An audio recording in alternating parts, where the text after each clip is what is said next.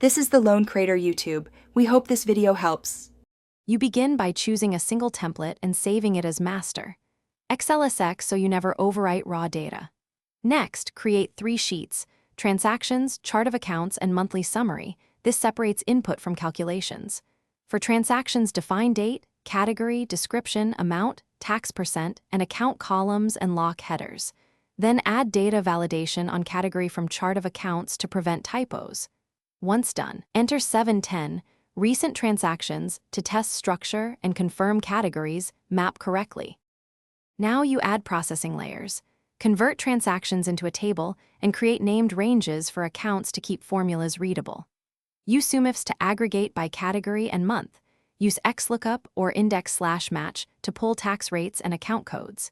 Insert a pivot table on a separate sheet for instant month-to-month roll-ups and build a small dashboard with those pivots. Also apply conditional formatting to highlight negative cash or large expenses. These visual cues speed review.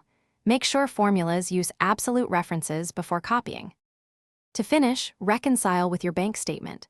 Filter transactions by month, mark cleared items, and adjust for fees or deposits.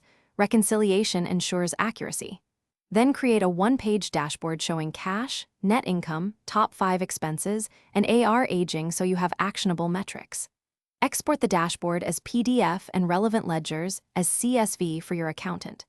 If numbers don't balance, check for duplicate entries or miscategorized amounts. Use the pivot table to spot anomalies and trace them back to the transactions table. Thanks for watching. Consider subscribing if we helped you.